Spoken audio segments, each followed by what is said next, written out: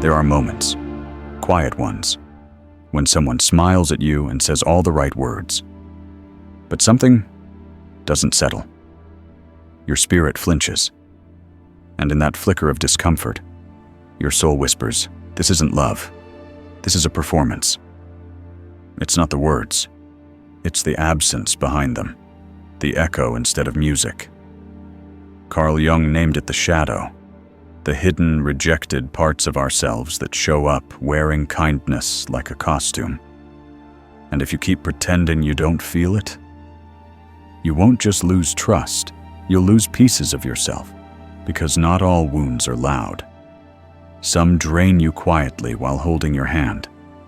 And today, I'll walk you through 8 haunting signs that someone, maybe even someone close, doesn't just dislike you, they resent you. Chapter 1. The joke that cuts too deep. You're too sensitive. Relax, I was just kidding. They chuckle. The room joins in, and suddenly, you're the only one not laughing. But not because you don't understand humor. You understand it too well. You've seen how it can become a blade. They knew exactly what to say, what to dress in jest. A comment about your body, a jab at your upbringing, a smirk about that mistake you've finally forgiven yourself for. They don't call it cruelty. They call it personality. Sarcasm, they say, is just their way of expressing affection. But affection doesn't feel like being picked apart in public. It doesn't humiliate you in front of people who once felt safe. No, this is something else. This is control in disguise. This is resentment wrapped in rhythm, thrown at you while everyone else is too busy laughing to notice you shrinking. Carl Jung once said, "Everything that irritates us about others can lead us to an understanding of ourselves. But not everyone is brave enough to turn that mirror inward. So they deflect. They dump their discomfort on you. They weaponize wit to bury what they refuse to face in themselves. And when you finally flinch, when your shoulders stiffen and your smile fades, they call you dramatic. They accuse you of being too emotional, too delicate, too everything except what you truly are. Wounded. But you're not crazy. You're not weak. You're just tuned in to something most people ignore. That jokes have energy. And some come from love. But some come from shadow. That ache you feel after the laughter fades? That small ache behind your ribs? That's your soul asking, why are we still pretending this doesn't hurt? You don't have to keep laughing along. You don't owe anyone your silence just because they call it funny. Set the boundary. Protect your peace. Because the right people? They'll never joke with daggers. They'll laugh with you, not at the cost of you. Chapter 2. The knife wrapped in kindness. Sometimes betrayal doesn't storm in wearing fury. Sometimes it tiptoes in, arms full of concern and a smile too soft to suspect. They forget to mention the meeting that could have changed everything. They give advice that sounds helpful, until it quietly steers you the wrong way. They miss your big moments, your book launch, your first gallery show, the call you needed at midnight. And they always have a reason. A flat tire. A sick pet. A calendar mix-up. Once? It happens. Twice? Bad luck. But when it becomes a pattern, you're no longer watching forgetfulness. You're watching strategy. It's betrayal wrapped in care, sabotage disguised as support. They don't scream. They don't curse. Instead, they hug you while whispering, "I'm just trying to protect you," as they slowly drain your confidence. Jung warned us, the person who feels inferior will often try to lower others rather than rise themselves. And so, they shrink you, not with cruelty, but with concern. They cheer, but only halfway. They help, but just enough to make sure you never outrun them. Their ego can't survive your wings, and the most dangerous part? They look like a lifeline. They wear your friendship like a badge, but when you're alone, second-guessing your instincts, doubting your abilities, wondering why every leap forward leaves you more unsure, that's when their sabotage has succeeded. Real love believes in your rise. Real friends remind you of your power. But those who fear your growth, they prefer you small, manageable, tame. So ask yourself, are they missing your moments by accident, or making sure you never outshine them? Because there's a kind of sabotage that never yells. It simply smiles and lets you slip. Chapter 3. When applause comes with a mirror. You share the news with a spark in your voice. You've landed the job, finished the book, finally taken that terrifying, beautiful leap. And you expect, no, hope, for a moment of celebration, a shared breath of joy. Instead, you get, oh, well, guess what I just did? Suddenly, it's not about your joy anymore. The room shifts. Your win becomes a cue for them to announce their own. You glow, and they dim the lights. But not to dim you, to spotlight themselves. It's never open, never loud, just subtle. A soft shrug, a tilted smile, a congratulatory word with the temperature of ice. They don't hate you. They're not cruel. They're just quietly competing in a game you never agreed to play.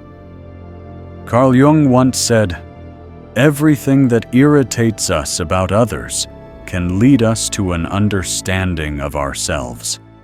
But what happens when they refuse to look inward? When instead of understanding your growth, they treat it like a threat? Here's what's really happening. They're not angry you succeeded. They're terrified that your success reflects what they never dared to chase. Your courage reveals their complacency. Your light casts shadows over their unmade decisions. So they turn your celebration into a comparison. They need to win because your happiness makes them feel like they're losing. You didn't ask for a scoreboard, but now every step forward feels like you're walking on a tightrope above their insecurity. So if your joy is met with silence, with side eyes, with strange competition, remember, you're not arrogant for shining. You're not unkind for growing. You're just triggering parts of them they haven't faced. And you are not responsible for their shadows. Because real friends don't clap louder for themselves when you rise.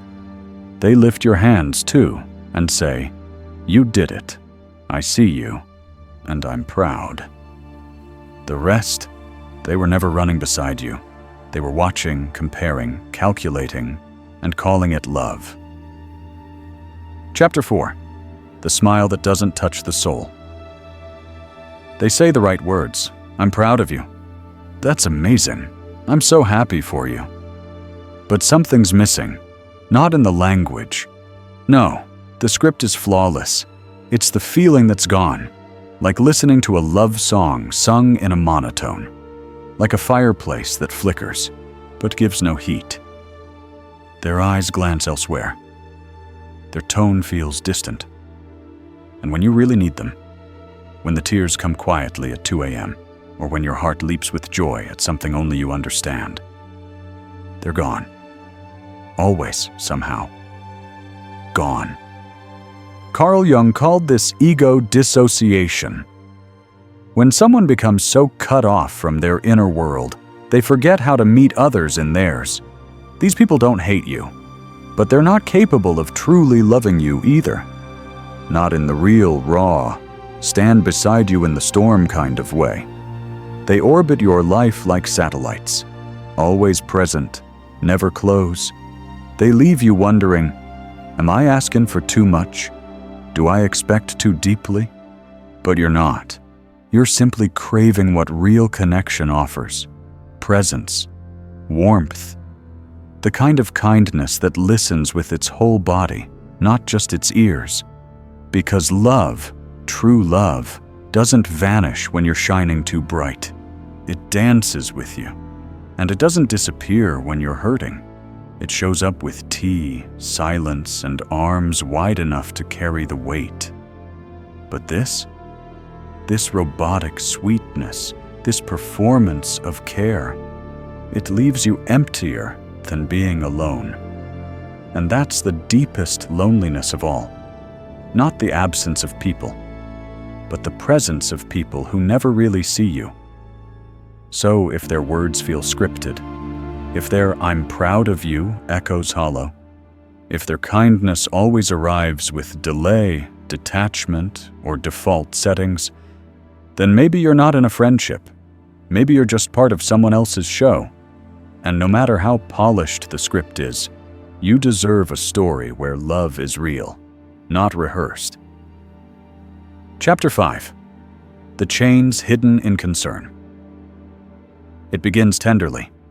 "I just don't want you to get hurt. This is for your own good. You'll understand someday." The words are soft, almost loving. They land like petals, until you realize they're rooted in control. You share a dream, eyes wide, voice alive. But their smile tightens, their voice drops into that measured tone, and suddenly, your wings feel clipped. Because what they call concern isn't about you. It's about keeping you small enough to never leave their reach. They don't yell. They don't forbid. They suggest. They advise. They wrap every doubt in a velvet glove and hand it to you like a gift. But your body knows the truth before your mind does. Your shoulders sag. Your confidence stumbles. You stop asking, "What do I want?" and start whispering, "Will they approve?" Carl Jung warned us, people who cannot control their own chaos try to control others to feel safe. So they mold you, quietly, strategically. Not out of malice, but out of fear. They're not building you. They're building a version of you that won't threaten their comfort. And they do it with smiles, with gentle correction, with reasonable doubts. But the result is the same. You begin to question your instincts. You feel guilty for wanting more. And somewhere along the way, your life stops being yours. Real love doesn't leash you to safety. It walks beside you through risk. It says, "Even if you fall, I'll be here." But this kind of love, the fake kind, it makes you feel small for dreaming, wrong for daring, and foolish for choosing your own path. So ask yourself, does their advice lift you or shrink you? Do they empower you to trust yourself or train you to doubt? Because care, when it's real, feels like light on your back. But when it's control in disguise, it's a weight, disguised as a warm hand on your shoulder. And if you've been feeling that heaviness, maybe it's time to step away. Not in rebellion, but in reclamation. Chapter 6. The Wound Behind Your Back. You walk into a room and something shifts, smiles falter, eyes flicker too quickly. The air thickens, not with words, but with something unsaid. Something whispered while you weren't looking. No one says it out loud. But your spirit knows. You've been discussed, measured, diminished. Gossip doesn't always sound like venom. Sometimes it's soft, wrapped in concern. It's just between us. I don't mean to be rude, but they do mean it, and they do enjoy it. Because people who lack courage won't confront you. They'll corrode your name instead. Carl Jung knew this truth deeply. He said, "The brighter your light, the darker your shadow becomes in the eyes of others." And so, they don't try to match your energy. They try to mute it. You don't threaten them with harm. You threaten them with your healing. Your growth reminds them they stayed the same. Your joy echoes where their own dreams went to die. So they twist your words, question your motives, and without you even knowing, you become the villain in someone else's quiet narrative. They hug you in daylight and hollow you in the dark. But here's the part they never understand. Gossip reveals more about the speaker than the subject. It tells you who's drowning, because only those sinking reach to pull others under. People at peace don't destroy. They don't whisper daggers. They don't decorate conversations with your flaws just to feel whole. So if you sense it, if you feel the air thicken, the warmth vanish, the room cool around your name, trust that. Your intuition isn't dramatic. It's ancient, sacred, and it's telling you what they're saying in shadows has nothing to do with your truth. So hold your head high. Don't waste energy defending what was never yours to fix. And remember, your silence, your poise, your refusal to bite back, that's grace. And grace, my love, echoes louder than any whisper ever could. Chapter 7. When your rise feels like a goodbye. They were there for the heartbreaks, for the nights you cried yourself empty, for the seasons when failure clung to your bones like a second skin. And back then, they felt like home. They listened. They comforted. They stayed. But now that you're blooming, healing, moving forward with light in your eyes and steadiness in your steps, they've gone quiet. You text them your good news, your promotion, your first apartment, your book finally published, and all you get back is cool, or worse, silence. The shift isn't always loud, but it's sharp, like clapping hands that stop just a second too soon, like a hug that no longer holds warmth. Carl Jung once wrote, "If someone cannot rejoice in your joy, they are battling their own storm." And that storm has nothing to do with you. But you are its mirror. You used to be relatable when you were low. Your pain made them feel less alone. Your struggle made theirs feel smaller.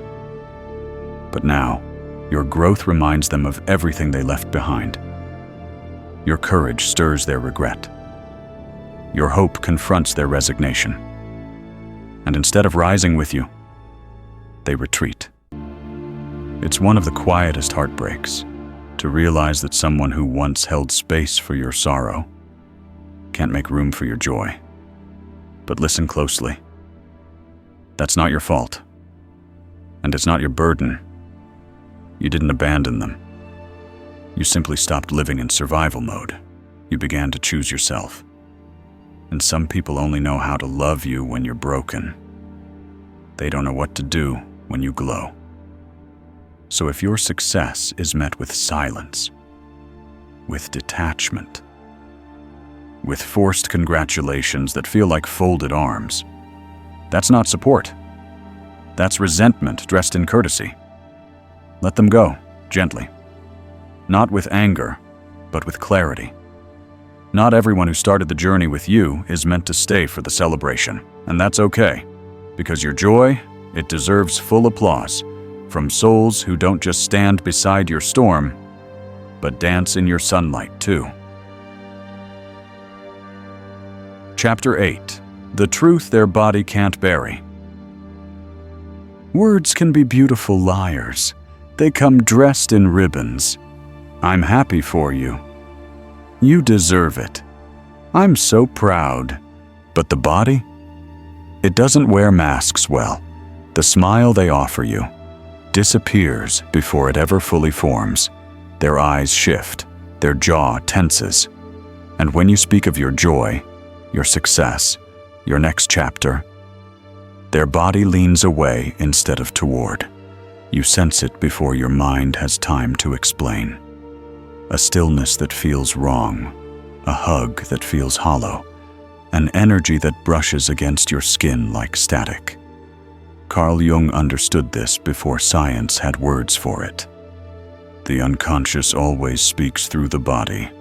Even when the lips say yes, the shoulders say uneasy. The breath shortens, the eye contact wavers. The applause comes half a second late, like it had to be coaxed. This is not paranoia, it's not insecurity, it's instinct, deep, ancient wisdom passed down in silence by every ancestor who ever had to sense danger without words.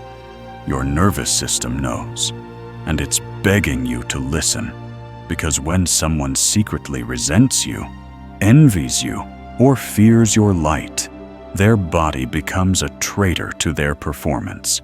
They may smile, but it never reaches the eyes. They may hug, but it's with arms that never close the distance. And if you leave their presence feeling drained, confused, unsure, it's not your fault. You're not imagining it. You're translating the truth written in their tension. Don't brush it aside in the name of politeness. Don't explain it away to preserve the illusion of closeness, because energy doesn't lie. And when the heart says welcome, but the body says withdraw, trust the body. It always tells the story first. You don't need proof. You don't need confrontation. You just need permission, your own, to believe what you feel, and to walk away from people who smile with their mouths but speak harm with every nerve beneath their skin. Conclusion: the quiet art of choosing yourself. So now you've seen the signs, not screamed, not shouted, but whispered in rooms where your joy went unwelcome, where your growth triggered stillness, and your light cast shadows. What do you do with this knowing? You don't need to call them out. You don't need a grand confrontation. No need for fire or fury. You just need to choose you. Because peace? It's expensive. And you've been giving it away to people who never knew how to hold it. People who clapped with their hands but not their hearts. Who stayed close not to love you, but to monitor you. Some of them weren't allies. They were spectators, studying your steps, waiting for your stumble. Not to catch you, but to feel taller when you fell. They didn't stab you with words.